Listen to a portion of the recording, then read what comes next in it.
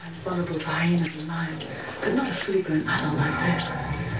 The biggest prey they normally take are buffalo, which can weigh about half a ton, and this thing is almost twice as heavy.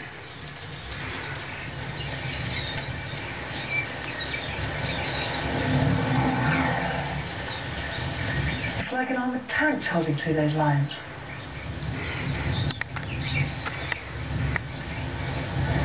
Oh, it looks like they've given up. I think these youngsters, their eyes were way too big for their stomachs here.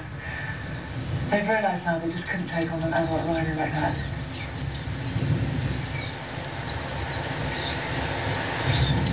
What a beautifully rare sighting. But I think it's going to stay rare. That rhino won't be back here for a while.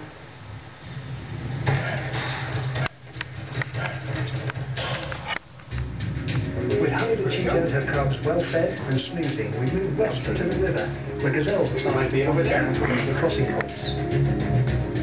This is a